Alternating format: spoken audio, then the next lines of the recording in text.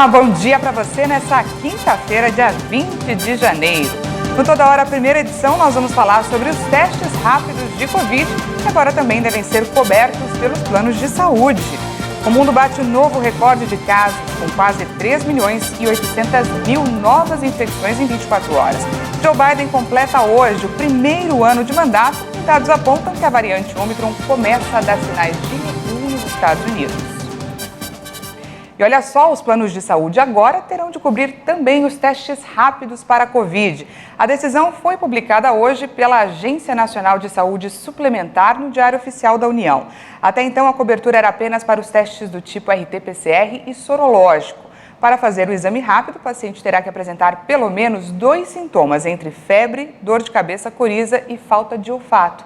Pessoas que fizeram o teste em menos de 30 dias e tiveram resultado positivo não terão direito de realizar o exame. E a falta de testes para o diagnóstico de Covid e influenza no Brasil preocupa. Segundo uma pesquisa recente, mais da metade dos serviços privados de saúde do estado de São Paulo só terão estoque até o próximo dia 21, amanhã. A nossa reportagem conversou com uma infectologista para entender os riscos da falta de testes, não só para a disseminação desse vírus, mas também para as pessoas infectadas. Entramos em contato com uma grande rede de farmácias de São Paulo para saber se o desabastecimento já chegou à capital. Vocês estão fazendo testes de Covid? Sim, senhora, a gente realiza, entretanto, está com agendamento. Apesar de ainda haver testes disponíveis, a atendente informa que só teria horário para a realização do procedimento para 3 dias depois da data do contato. Já a testagem para a influenza... A gente realizava, entretanto, a gente não tem data de volta. As informações confirmam os dados levantados pelo Sindicato dos Hospitais, Clínicas e Laboratórios de São Paulo. O levantamento realizado pelo Sindiosp entre os dias 10 e 14 de janeiro, com 111 laboratórios privados do estado de São Paulo, revela aumento de 92% na testagem para a influenza e 99% para a Covid-19. Com isso, 88% desses estabelecimentos já apresentam problemas para a reposição de testes. E é claro que esse cenário preocupa muitos brasileiros. A gente teme sim, porque às vezes a gente pode precisar de alguma forma ou outra e se estiver faltando a gente não vai ter isso pra gente, né? Meu irmão teve que procurar desses dias o teste e foi sim super complicado. Então quer dizer, pagando estava difícil do seu irmão encontrar o teste? Era difícil. Isso há uns 10 dias atrás. Se eu fosse hoje, seria mais difícil ainda, mesmo pagando. É que diante do risco de desabastecimento, a Organização Pan-Americana da Saúde recomendou a utilização racional dos testes, ou seja, a prioridade é testar apenas pacientes com sintomas graves. A gente pode separar a gravidade ou a avaliação da gravidade da Covid em fatores de risco, que são inerentes do indivíduo, idade, comorbidades, a pessoa ser gestante, e o que a gente chama de sinais de alarme, que são indícios de gravidade da doença. Já as pessoas que apresentam sintomas leves, segundo a infectologista, devem ficar despreocupadas. A conduta vai ser basicamente a mesma, inclusive para gripes leves, casos leves e Covid, que são hidratação e repouso. A orientação é ficar em casa. Mas a grande questão é: como um trabalhador fica em casa sem ter um atestado para apresentar na empresa? E essa questão trabalhista é super importante, porque, é claro, a gente estava conversando sobre a necessidade de ficar em casa e o empregador tem que ficar consciente dessa necessidade. Quando você vai na Finlândia, na Suécia, você não precisa de papel. Você fala, eu estou doente, não posso trabalhar, e o empregador fala, então eu prefiro que você fique em casa e fique protegido, e eu vou proteger os meus outros trabalhadores e minha empresa vai continuar funcionando. Essa conduta, de acordo com a doutora, é extremamente importante, especialmente agora, com a chegada da Ômicron. Não é uma onda, não é uma nova onda, é um tsunami. Então, uma capacidade de infectividade muito grande, um número de contágios que é impressionante. Por chamada telefônica, o coordenador do Comitê de Laboratórios do Sindiosp, Luiz Fernando Ferrari, diz que novos testes devem chegar nos próximos dias. A gente já tem notícias que no Brasil já tem uma quantidade muito grande de testes que estão começando a ser liberados e vão ser distribuídos. Segundo Luiz Fernando, a previsão de fabricantes nacionais e internacionais é que até o final de janeiro os estoques estejam controlados. Já o controle da Ômicron, para ele, depende dos autotestes, que, segundo o ministro da Saúde, Marcelo Queiroga, é o que pode desafogar os postos. Muita gente procura a unidade de saúde e não está positivo, né? Então aquilo pressiona as unidades de saúde. Com essa possibilidade, a estimativa é não só de ampliar o número de diagnósticos, como diminuir um pouco a pressão sobre o sistema de saúde. Enquanto os testes não chegam, a recomendação é redobrar os cuidados, evitar aglomerações, usar máscara, higienizar as mãos sempre que possível e, principalmente, se vacinar. Esse reforço mesmo da vacina, não deixe de se vacinar, não tenha medo de vacinar os seus filhos, a vacina é segura, né? A imunidade coletiva, ela só vai ser alcançada com a vacina e não com a doença, com a Ômicron ou qualquer outra variante. Então confie na vacina e se proteja. E por falar em autoteste, a Anvisa pediu mais informações ao Ministério da Saúde e adiou a resposta sobre a liberação do uso de testes de Covid para as pessoas fazerem em casa.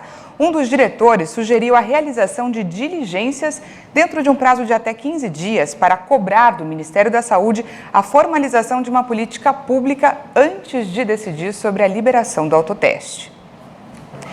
E a Secretaria Municipal de Saúde do Rio de Janeiro suspendeu o calendário anunciado anteriormente de vacinação de crianças de 5 a 11 anos contra a Covid. O motivo é a falta de doses. O cronograma que previa a aplicação da primeira dose nas meninas e meninos de 10 anos a partir desta quinta-feira permanece com a repescagem das crianças de 11 anos até sábado.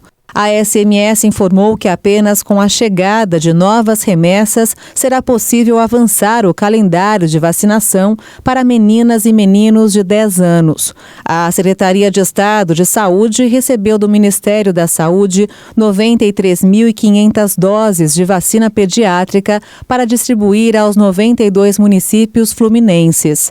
Mas as doses não são suficientes para dar prosseguimento ao calendário. Nos 2 primeiros dias de vacinação infantil, foram aplicadas 25.733 doses no município. O Ministério espera receber no domingo mais 1.800.000 doses da vacina pediátrica da Pfizer. Apesar do feriado municipal de 20 de janeiro e do ponto facultativo decretado pela Prefeitura do Rio de Janeiro na sexta-feira, os centros municipais de saúde, clínicas da família e centros de testagem vão funcionar nos 2 dias, das 8 horas da manhã às 5 da tarde, exclusivamente para ações de combate à Covid, atendimento, testagem e vacinação contra a doença. E para ajudar na vacinação infantil, a Anvisa vai decidir hoje se a vacina Coronavac poderá ser aplicada em crianças e adolescentes de 3 a 7 anos de idade. O pedido foi feito pelo Instituto Butantan, que produz o medicamento em parceria com a China. Ao contrário da Pfizer, que já está sendo aplicada, a Coronavac não tem registro definitivo aqui no Brasil. A reunião da Anvisa está prevista para começar às 10 horas da manhã. E vamos falar de eleições. Elas estão marcadas para acontecer este ano no dia 2 de outubro, mas até lá, os candidatos e os partidos terão uma série de prazos para cumprir. Pelo menos 12 pré-candidatos já anunciaram a intenção em concorrer à presidência, mas o excesso de concorrentes poderá levar a uma polarização extrema no segundo turno. Partidos, candidatos e eleitores precisam ficar atentos às datas do calendário eleitoral este ano. O primeiro turno das eleições foi marcado para o dia 2 de outubro, mas até lá, uma série de prazos devem ser cumpridos. A partir de agora, divulgação de pesquisa eleitoral só com registro antecipado no Tribunal Superior Eleitoral. Também está proibida a distribuição de bens, valores e benefícios por parte da administração pública a cidadãos, exceto em casos de calamidade pública ou programas sociais já em andamento. A janela partidária para que deputados federais e estaduais concorram à eleição sem perder o mandato ocorre entre o dia 3 de março e 1º de abril. Para prefeitos ou governadores que quiserem disputar outros cargos, é necessário renunciar ao mandato até o dia 2 de abril. A exceção são os candidatos que têm a intenção de concorrer à reeleição. Também até o dia 2 de abril é a data limite para que legendas e partidos obtenham o registro dos estatutos junto ao TSE. Este também é o prazo para que os candidatos tenham domicílio eleitoral no local onde vão disputar as eleições. As convenções partidárias para a escolha dos candidatos poderão ser realizadas entre o dia 20 de julho e 5 de agosto, e as candidaturas dos que pretendem concorrer às eleições devem ser formalizadas junto ao Tribunal Superior Eleitoral até o dia 15 de agosto. O TSE julgará os pedidos até o dia 12 de setembro. Mas a corrida eleitoral já começou.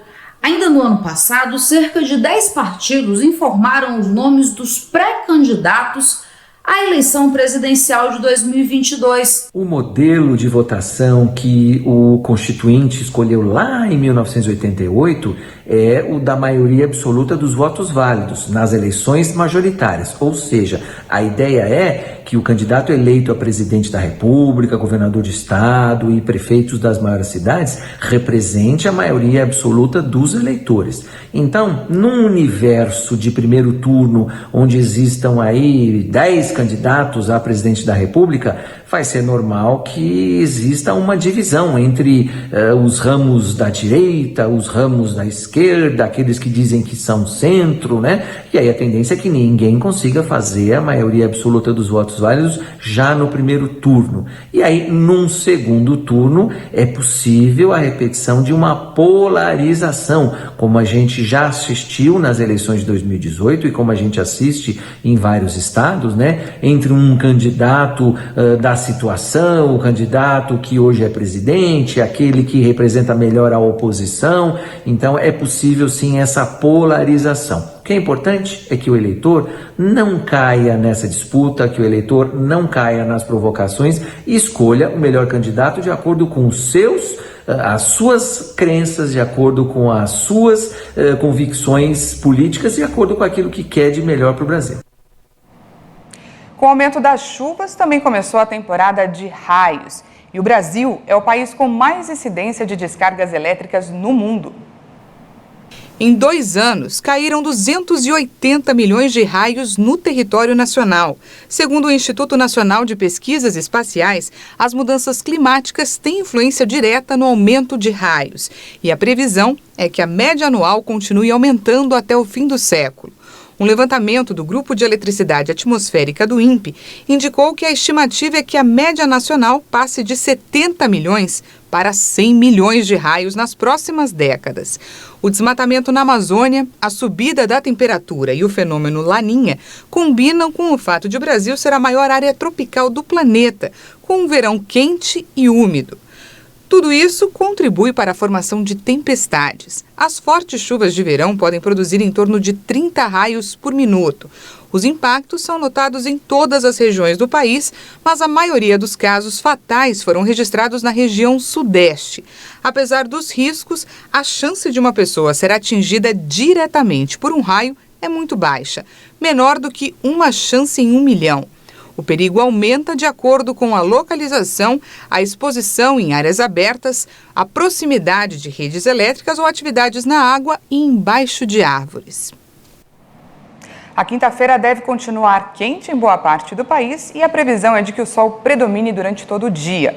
Por conta do ar quente e úmido que circula em algumas regiões, tem possibilidade de temporais e chuvas fortes no final do dia. Vamos conferir a previsão do tempo para hoje em algumas cidades do país.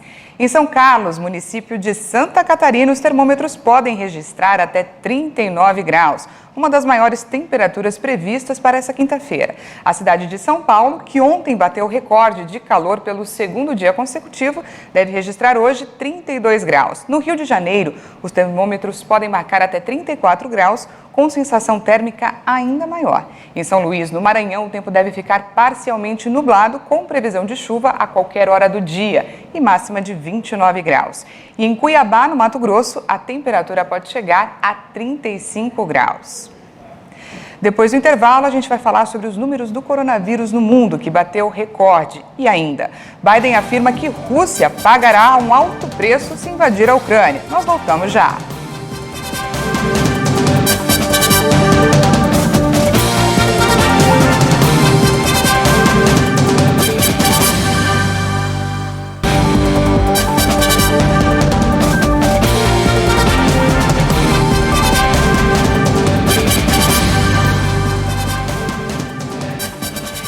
de volta ao vivo, agora são 8 horas e 48 minutos no horário de Brasília. O mundo bateu mais um recorde no número de infecções por Covid em 24 horas. Foram mais de 3.790.000 novos casos registrados em um único dia. Mais uma vez, esse número foi impulsionado pelos Estados Unidos, que lideram o ranking de novas infecções com mais de 979 mil casos. Logo em seguida vem a Índia, com 317 mil registros, Israel em terceiro, que apontou 243 mil casos, e a Itália está em quarto lugar, com 200 mil casos em um único dia. Quem ocupa a quinta colocação é o Brasil. O país registrou um novo recorde de casos diários, com 205 mil confirmações em 24 horas. Também foram contabilizadas, pela segunda vez, mais de 300 mortes em um dia. O Brasil registrou mais 338 novas vítimas da Covid-19 no Brasil em 24 horas. Agora são 621.855 mortes pela doença. Também foram registrados mais 204.854 novos casos de infecção por coronavírus de um dia para o outro. Ao todo, mais de 23.416.000 diagnósticos já foram confirmados para a doença. A média móvel de mortes está em 212 vítimas diárias. O indicador estava abaixo de 200 há 45 dias consecutivos, depois de 1 ano e meio acima do patamar. A curva apresenta tendência de alta, com aumento de 113%. A média móvel de casos aponta 99.974 registros por dia. O número também indica tendência de alta, com aumento de 743%. No mapa da evolução da doença por regiões, hoje, 22 unidades da federação indicaram alta. Alagoas, Amapá, Amazonas, Bahia, Ceará, Distrito Federal, Espírito Santo, Goiás, Maranhão, Mato Grosso do Sul, Minas Gerais, Pará, Paraíba, Paraná, Piauí, Rio Grande do Norte, Rio Grande do Sul, Santa Catarina, São Paulo, Sergipe e Tocantins. Outros 3 estados estão em estabilidade: Rio de Janeiro, Rondônia e Roraima. 2 apresentaram queda: Acre e Pernambuco. Já foram aplicadas mais de 349.496.000 doses de vacinas contra a Covid. Vamos ao nosso vacinômetro. Segundo o Ministério da Saúde, as secretarias estaduais de saúde, mais de 162.582.000 pessoas tomaram a primeira dose. Isso representa 76,22% da população. Enquanto mais de 147.738.000 brasileiros tomaram a segunda dose, o que equivale a 69,26% da população. E a dose de reforço já foi aplicada em quase 39.176.000 pessoas, 18,37% dos brasileiros. São Paulo tem quase 79% da população do estado completamente imunizada. Hoje, dia 20 de janeiro, o presidente dos Estados Unidos, Joe Biden, completa 1 ano de mandato. Após esse período, Biden tem baixa popularidade, com um governo marcado por insatisfação econômica, impactado principalmente pela nova onda de contaminações de coronavírus. Dados apontam que os Estados Unidos já podem estar começando a sair da onda de coronavírus causada pela variante Ômicron. Mas a secretária do Tesouro, Janet Yellen, destacou que essa variante ainda vai pesar no crescimento econômico do país pelos próximos meses. O número de casos continua sendo muito mais alto do que durante qualquer onda anterior e as hospitalizações por Covid estão em seu ponto máximo. Apesar de os números do fim de semana e dos feriados, como na última segunda-feira, mostrarem uma menor taxa de registros de casos e precisarem ser interpretados com cautela, os números já vinham caindo na sexta-feira. As quedas ocorreram nos estados atingidos primeiro pela onda da Ômicron, particularmente no Nordeste, como Nova York, Nova Jersey e Maryland. Por outro lado, os casos continuam aumentando aceleradamente nas áreas do Oeste, incluindo Novo México e Arizona. Como resultado das infecções, o crescimento econômico vai desacelerar no primeiro trimestre de 2022, prevêem os economistas. A secretária do Tesouro, Janet Yellen, destacou que a variante vai pesar no crescimento econômico americano nos próximos meses, mas não o prejudicará. Yellen disse estar confiante de que não vai prejudicar o que tem sido um dos períodos mais fortes de crescimento econômico em um século. O vazamento de petróleo no Peru, que começou depois da erupção vulcânica que aconteceu no sábado em Tonga, é apontado como o pior desastre ecológico dos últimos tempos pelo governo do país. O Ministério das Relações Exteriores do Peru exigiu da petrolífera espanhola Repsol que responda pelo vazamento de cerca de 6 mil barris de óleo no litoral central do país. O derramamento é atribuído pela empresa ao tsunami causado pela erupção vulcânica em Tonga. O Ministério peruano afirmou que trata-se do pior desastre ecológico ocorrido em Lima nos últimos tempos. Também destaca que o dano provocou grave prejuízo para centenas de famílias de pescadores. As autoridades peruanas encontraram cobertas de petróleo diversas espécies marinhas mortas e outras com vida que foram resgatadas. O presidente dos Estados Unidos afirmou que a Rússia pagará um alto preço se invadir a Ucrânia. O anúncio veio após dezenas de soldados russos serem mobilizados para a fronteira ucraniana, aumentando os temores de uma invasão. O presidente americano Joe Biden advertiu que a Rússia pagará um alto preço em caso de invasão da Ucrânia. Segundo o democrata, além do custo humano, haveria danos profundos à economia. Você verá que a Rússia será responsabilizada se invadir, e depende do que fizer. Uma coisa se for uma pequena incursão e acabarmos tendo que brigar sobre o que fazer. Mas se eles realmente fizerem o que são capazes de fazer com as forças reunidas na fronteira, será um desastre para a Rússia se eles invadirem. Nossos aliados e parceiros estão prontos para impor custos severos e danos significativos à Rússia e à economia russa.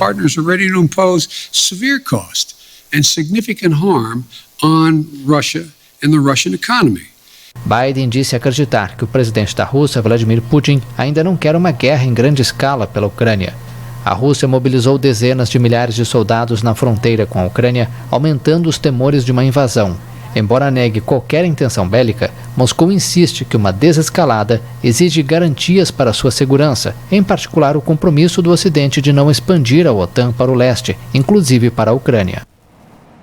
A Corte de Cassação da Itália, que é a última instância do judiciário do país, confirmou ontem a condenação do jogador brasileiro Robinho e de seu amigo Ricardo Falco a 9 anos de prisão por violência sexual de grupo.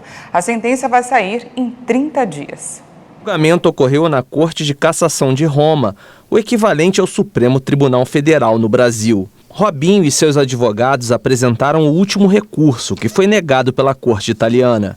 Mesmo com a condenação em última instância, Robinho e Falco não poderão ser extraditados para a Itália, já que a Constituição de 1988 proíbe a extradição de brasileiros.